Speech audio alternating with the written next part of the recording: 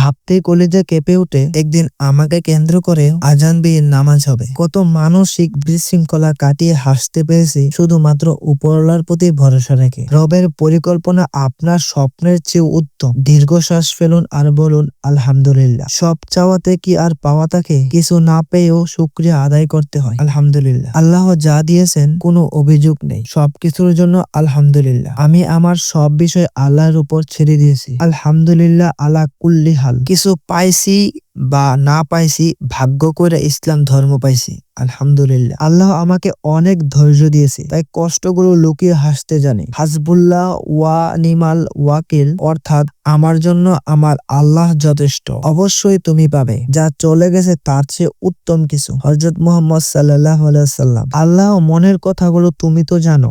আমার স্বপ্নগুলো পূরণ করে দিও। আই উইশ আমার মৃত্যুটা যেন আল্লাহর কালামা পড়তে পড়তে হয়। মাহবুদ গো, মৃত্যুর সময় কালামা নসিব করিও।